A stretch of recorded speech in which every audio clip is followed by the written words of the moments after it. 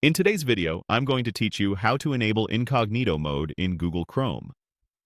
Incognito mode is Chrome's built-in way to browse without saving your local history, cookies, or form entries on your device. It's great when you're using a shared computer, or you simply want a fresh session that won't remember sign-ins after you close it. Keep in mind, though, it doesn't make you invisible online. Websites you visit, your school or workplace, and your internet provider may still be able to see traffic. Downloads and bookmarks you create will also stay on your device. Let's get started. First, open Google Chrome. Make sure you're in Chrome, not another browser. You'll recognize it by the circular red, yellow, green, and blue icon, and by the interface once it opens. With Chrome open, look to the very top right corner of the window. You'll see a button with 3 vertical dots.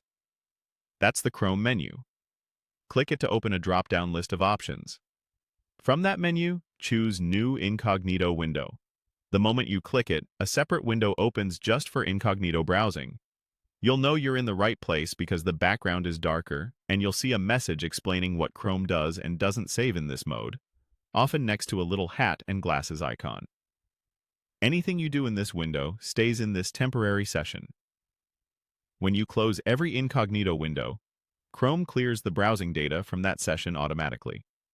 Here are a few quick tips to make the most of it. If you like keyboard shortcuts, you can open an incognito window with Ctrl+Shift+N on Windows or Linux, or Command+Shift+N on a Mac.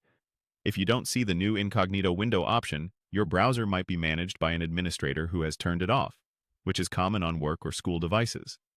And if a site still seems signed in, that's usually because you're already logged in within that incognito session, or because the site recognizes you by account, not by local cookies. When you're done, just close the incognito window like any other. Click the X on Windows or the red Close button on a Mac.